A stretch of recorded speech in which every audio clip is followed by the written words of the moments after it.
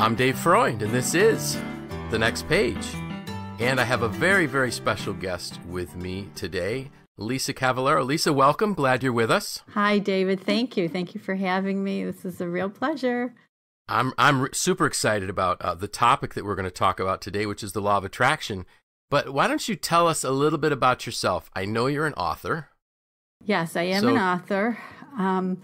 Let me to go way back. I've had a rather long career that started out in accounting and business. I was a tax accountant for Niagara Mohawk before Marissa was born. I left Niagara Mohawk to help my husband grow a specialty food business that we purchased in '86. And we began that company with 3 employees, and we grew it to 135 employees before we sold it. Wow. In 2004. Awesome. Yeah, it was fun. But just before selling that business, I was going through a tough time at home, specifically with one of my kids, someone you might know, David. Okay. Yeah, and I was going to say, you kind of dropped a little hint there about another major accomplishment in your life, and that was Marissa. Yes, I did. You are Marissa's mom. Yes, I am. Mm-hmm. Great. So tell us about that challenge. Well, okay. Well, to put it briefly, the troubles that I was having with Marissa turned out to be the catalyst to like a really amazing journey for me, life journey. And to be clear, it wasn't fun and games in the beginning, but considering what it is today and what it's been for a few years now, it was so worth the effort. So a long story short, I was determined to fix Marissa. She and I would go head to head on things. Okay. We just didn't see eye to eye. And it's probably at the time she was maybe 11 years old. But so I enrolled at SU. I wanted to get a master's degree in marriage and family therapy. I thought that I could, quote unquote, fix my daughter, who was giving me a lot of problems. Sure. So while I was there, I met a really good therapist. She had a great reputation. And so I made an appointment to meet with her. And after telling her all the troubles I was having with my daughter, I got my calendar out and I said, okay, so when can you see her? When can I bring her in? And she said to me, I'm sure your daughter's lovely. I prefer to work with you. I was like, oh, no, Wow. No, you don't get it. No, I'm really good. I know what I'm doing. I'm a really good parent. I love my kids. And she wouldn't budge. But there was something about this woman that I really did admire and respect. And so I worked with her, and I'm really glad that I did because only good came out of that relationship. And I think, and so the main gist of it was that, we can't change other people and other things, but we can change ourselves. And it took me a while to learn that, but I think it was really important for me, especially considering the work that I do now. So after being a therapist for a few years, I went into becoming, I heard about coaching and I wanted to become a coach. So I became a master certified coach and then a certified weight loss coach. And I'm also a Reiki master. So currently awesome. I work with adults and I work with kids and on lots of different issues. So that's what I do. Wow, that's great. So tell us about the book. The book it goes through, it's a very brief, it's an ebook. And for any of your listeners that are interested, if they're interested in the history of me and Marissa and how we got to the point where we are right now from not so great of a beginning, they're welcome to take a free download off my website, lisacavallaro.com. If you sign up for the newsletter, which you can later come off the list if you want. That's fine with me. I won't be offended. Okay. So there's a free download there of the book. It's called No More Drama, How to Make Peace with Your Defiant Kid. That's great. Mm-hmm. Yeah, and what I will do, Lisa, I will put the description I'll put the link in our description for the podcast, so people can just go to the podcast description, then find the link to your website. Oh, that'd be awesome. That's great. But that would be great. That would be great, and thank you for making it available via the download, because I know it's also available on Amazon. So if they really want to purchase the book, and have the hard copy book, they can get it at Amazon. Yes, that's an option. Yeah. So tell us so you had this difficult time, and this is one thing Marissa learned early on, that all the questions that Dave says he's going to ask, he always asks different ones. So now you're living a little bit about what Marissa puts up with me on. Okay. So you talked about the time that, so maybe when she was about 11 is where you wanted to find a way to fix her, fix the relationship. What's the relationship like now? It's like BFF is what comes to mind. Marissa and I are like best buds. It took, and I think it's really common, I think, for a lot of mothers to go through what I went through with Marissa. We all want to change them, or we either want to do it ourselves, make them change, get tougher on them, be harder on them. Right. It's hard work. I mean, it doesn't feel right. It's very frustrating, and it could take forever. And sometimes it works out, and the kids grow through it, as they say, they mature or whatever. Sure. But I think what I did was that I created change in myself first, and that's kind of like what I talk about in the book. I think one of the things, there were a couple of, you're probably familiar, I'm sure you're familiar with the term limiting beliefs. And it's like limiting belief is something that we think that really limits us from moving forward. And so one of the limiting beliefs I had regarding Marissa was that she needed to respect me. And the fact was she didn't respect me. She was doing things that I was interpreting as not respectful, or how a girl should respect her mother. And so, like, I changed that belief, and when I changed it into a belief that and it wasn't easy, don't get the impression, but I worked on changing a belief instead of using Marissa, she needs to respect me, about I need to respect myself. And that was like pretty much a 180. And one of the ways that I could respect myself, there were a lot of ways I could respect myself, basically by sounding off and screaming at an 11-year-old, forcing an 11-year-old to do things that were limiting me. And it wasn't respecting myself either. I was making myself feel worse as I did it. So it was challenging those kinds of beliefs. That's what it was. Sure. Okay.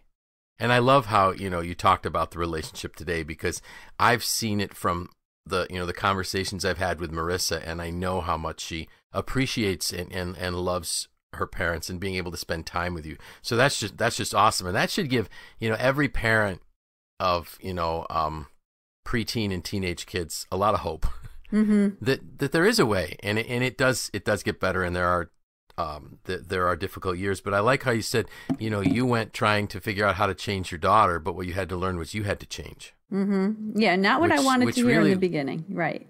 No, which really rolls into a lot of leadership issues too, where we want to change people when maybe the person's not the problem. Exactly. Great. Well, thank you for sharing that, and for sharing some pretty personal things there. I really appreciate it. Let's talk about the law of attraction. What is the law of attraction? Let's see. Well, aside from being one of my favorite topics to talk about, the law of attraction basically says that like energy attracts like energy. And everything is energy. So things that we can see, things that we don't necessarily see, everything is energy. And it also says that things of like vibration that have the same energy are attracted to each other. So really, so the law of attraction is nothing new. It's a universal law, and it's similar to the law of gravity. It's been around for years. But to be honest with you, I really just learned about the law of attraction when I first entered life coach training in 2007. It's pretty new to me. And since hearing the LOA terminology, I hear it coming up a lot lately, though, in conversation, more than I ever did. I don't know if it's because now I finally know what it is, but I don't think that's the case. I think it's just that more people are aware of it and talking about it and learning about it. And most importantly, looking for ways to leverage the law of attraction in their lives. People want, Okay. we're looking for ways to use the law of attraction to make our lives better. And so that's been my focus for a long time. But if you go back to even Einstein says that everything is energy and that all energy communicates with other energy. And so, like I said, everything that we see has energy, and even things that we can't see has energy. And the law of attraction is what brings those energies together. So okay. So how would that relate to our health in our life? Oh, wow. It has a lot to do with our health. So is it all right with you if I talk about just 3 words that I use often in my work? Sure. And I'll wrap it around to health, how it affects our health. So, okay. So we talked about things that have energy. So a lot of the work that I do, we talk about thoughts. Because thoughts, even though we can't see them, they do have an energy to me. And this sounded so bizarre to me. And it might sound a little strange to your listeners too, David. But so I get it if it does. But stick with us. So our thoughts are energy. Our words are energy. But there's science behind this too. I'm not a science person. I was never interested in school in science, but I did do my homework on this one. And I've read scientists such as Greg Braden and Bruce Lipton, Joe Dispenza, Lynn McTaggart, to name a few. And they write extensively on the topic. But how we think is energy, and so is how we feel, because our thoughts create our feelings. And I said there were 3 words that I use a lot in what I do, and they're thoughts, feelings, and actions. Because our thoughts cause our feelings. How we think about things causes our feelings. And our feelings cause us to take certain actions. So, okay. And our actions get us our results in our life. So, just to put this, to give us an example, to give you an example, a simple example of this, is like when I'm in a good mood, when I'm feeling good, things are going well for me. Right? And then people cooperate. When I run into people, they cooperate and they smile, and things seem to just fall into place. I'm on time for my appointments, and food tastes really good to me. I'm enjoying myself. I'm having a great time. When I'm in a bad mood, I'm not feeling so good. Things seem to be working against me. I have problems with people that I'm dealing with, and I'm rushing around, and I can't seem to catch up, and I stub my toe and I drop things, and it's like one annoying thing after another. I mean, this makes sense, right? And it ties into the mood that I'm in, or how I'm feeling about it. And the mood drives our physical well-being.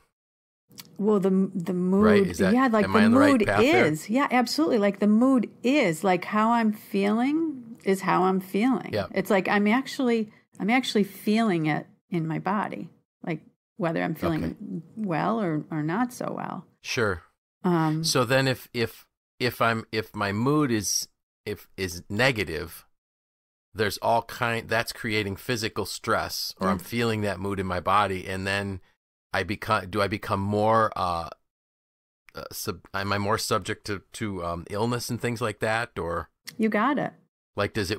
So it breaks down my immunity so that I'm susceptible to different kinds of illnesses. Then it does, because and bringing this back to the law of attraction, when we put out a certain vibration. So if I'm feeling all this negativity, it's my signal that I'm putting out to the universe and my vibration to bring more of it back to me, to bring more of that negativity back to me.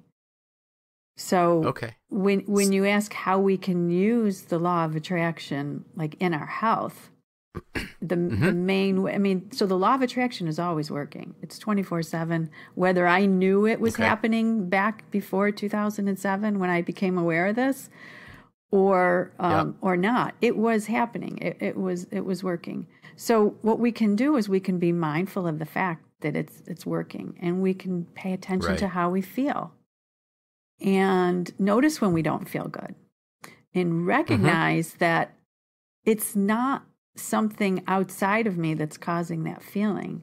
It's how I'm thinking about it. It's my perception of it. Right. So, and then I can change how I'm thinking, and then I can feel better, even before that thing outside me has changed. And see, that's what I had to learn that when taking this back to my situation with Marissa when she was younger. Like, I was trying to force some change that I really had no control over. The change had to start on the inside of me. So the way that we can do that is to change how we think about things to affect how we feel better. Okay.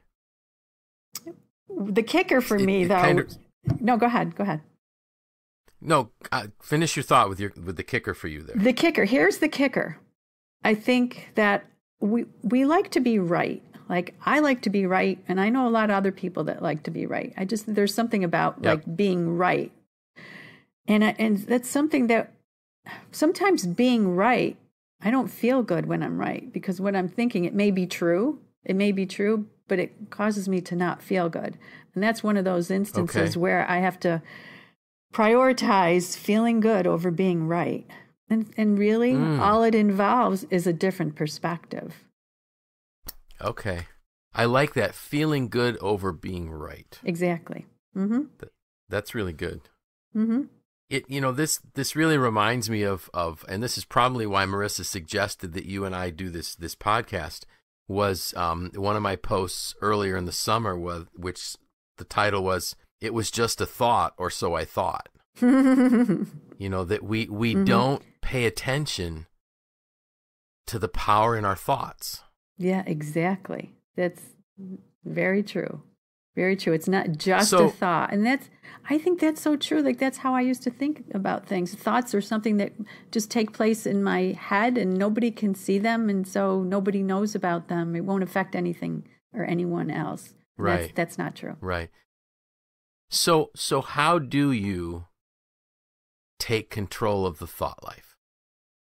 How you take control of the thought is well, like I mentioned, to be aware of how, when I'm not feeling good about something, to recognize that it's not that thing that's causing it, it's how I'm thinking about it.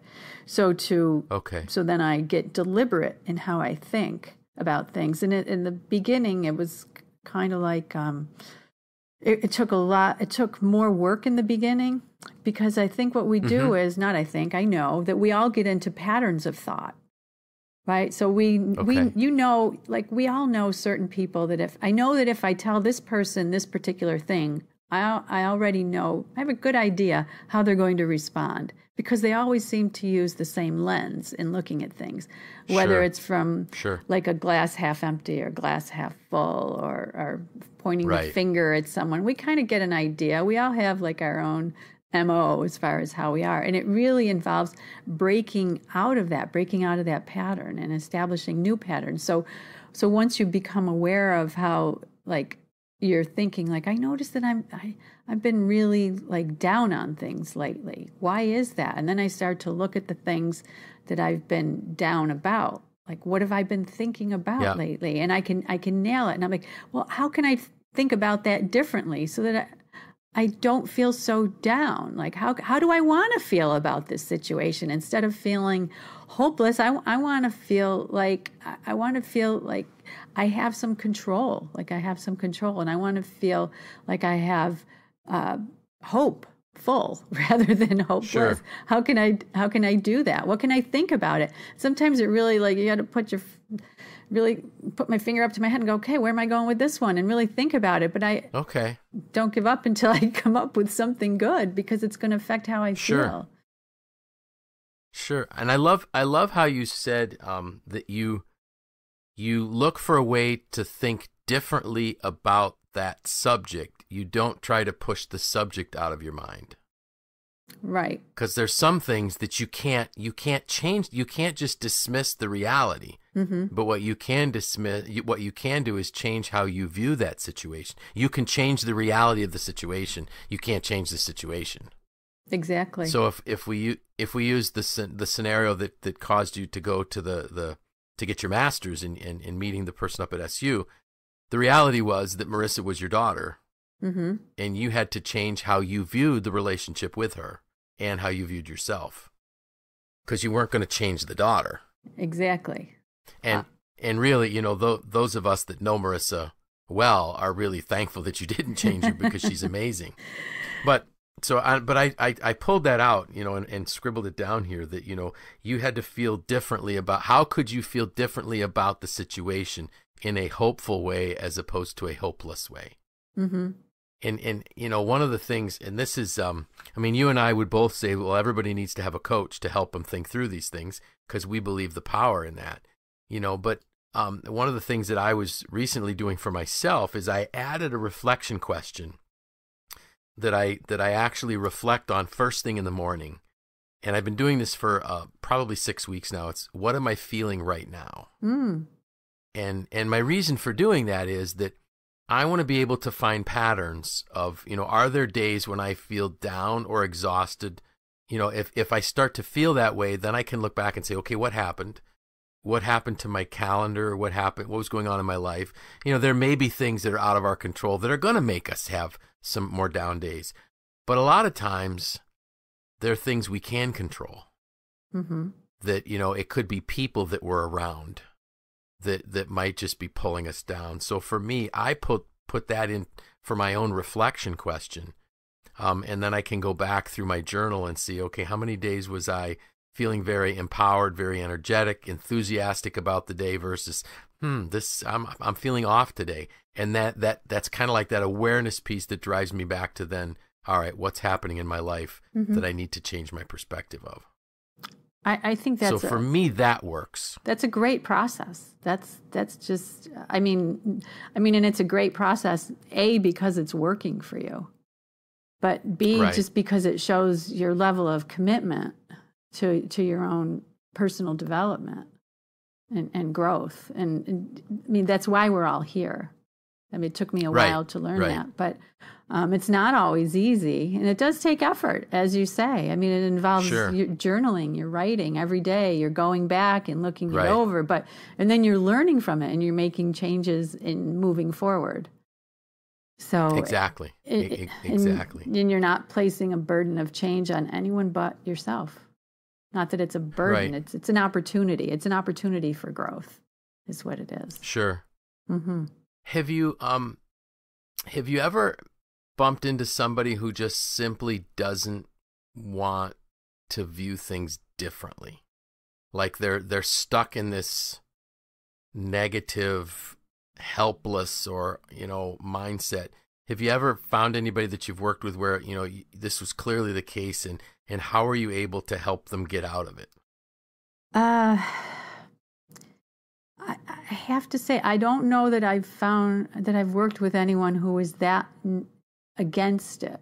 I think that when people come to me, that they have an idea. Like I market myself as an LOA coach, law of attraction coach. Mm-hmm. So they have an idea, Yep. and so the majority of them that come, like they either know about law of attraction and they're excited Sure. to work Sure. with an LOA coach, or they've heard about it and they want to know more, and they're open-minded and excited. Right. But Yeah, and that's I've met those kind of people like in my personal life, though, where maybe a discussion Right. will come up and people don't want to budge. And my approach is, and this is the same as if I did have a client that was totally closed, it's okay. We all have Mm-hmm. our own process to go through. And Sure. and that I was kind of stubborn and stuck on my old ways when I first Right. went to that therapist. And you know what? That was an important part of my own process. And I think that the more as uncomfortable, I needed to get really uncomfortable until I was willing to entertain other possibilities. And so somebody who is uncomfortable and doesn't want to entertain other possibilities, they're just not uncomfortable enough. And I don't Exactly. wish discomfort on anyone, but if they get more uncomfortable to the point where they want to make change, then there's plenty of people that they can turn to that would help them. But it's Sure. as you know, we're all on our own individual paths and journeys. Right. And I wasn't at all surprised with your answer there, because when the people come to you, they've already recognized the fact that I don't want to stay where I am. Mm-hmm. I don't like this stuck spot. Mm-hmm. Help me figure my way out of it. And that's something that I've also, shared with folks when companies will try to engage me as an executive coach, and the person doesn't feel a need to be coached, you can't help that person. Right. Until they recognize this is really, I'm stuck and I need somebody to help me think through it. Now the reality is that all of us have things that we can be coached through, Mm-hmm. to help us find a greater awareness of what's going on in our life. But you unfortunately, sometimes folks are stuck, and until it's like the old proverb, when the student is ready, the teacher will appear. Exactly. And, teacher might have been standing there all along, but lo and behold, Mm-hmm. I need some help. Look Mm-hmm. who's here. Right. Which would flow back to your law of attraction. Mm-hmm. That we found the person that we needed to help us because we needed the help. Exactly. So I have here your thought, the words we started out with: thoughts, feelings, and actions. Mm-hmm. The thoughts develop our feelings, which work into action. Mm-hmm. That's pretty basic. Yes, it is. But as we said, though, it's not any small task here. I mean, paying attention, because Right. a lot of us are used to like pretty much cruising through life, doing the same things. Sometimes, often, usually, without really thinking about them. Right. Without really cruise thinking control. about it. Exactly. You know what? I love, this is like a silly little story, but I heard it once and it just makes so much sense. And sometimes I share it with my clients, but I remember hearing this story about a woman who she was making a roast, a pork tenderloin roast for her family. And so every time she did it, she would put it in this 9x13 pan, and she would cut the ends off and then put the ends in the side there. Have you heard this? Do you know where I'm going with this? And keep going, because our listeners may not, but yes. I love it. And then and she always did this. And then one day, it was either her husband or one of her kids said, why do you always cut the tips off the end of the roast? And she said, I don't know why. I learned it that way from my mother. So she called her mother and she said, Mom, why do we always cut the ends off the roast before we put them in? And she goes, oh, well, because the pan I used was always too small. And here this woman's, her pan was big enough, but she was still cutting the ends off. So the reason I share that story, and I think it's just so great, is because a lot of times we borrow other people's ideas, like other people's thoughts. Exactly. We make them our own, and we don't even think about it. And so, so using the law of attraction, knowing that it's there, and knowing how our thoughts are a part of it, play into it, we have really good reason to take note of our thoughts. Why do I do things this way? And why? Well, if it makes me feel great, then that's good enough. But if I don't feel good doing this sort of thing, then I really need to question the thoughts behind them and change them. Yeah.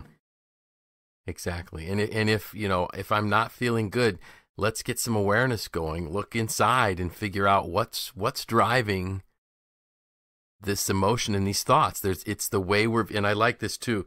We could either feel good or be right. Mm-hmm. Exactly. It's really using the power that we have. Our power is in our thoughts. Yeah, that's awesome. And again, I can't believe how the parallel between this and what Marissa and I talked about when I said that, when I wrote that thing, it was just a thought, or so I thought. That people just think their thoughts are just these random things, and it really is not. Well, this has been great. I really appreciate you taking the time out of your busy schedule to talk to us.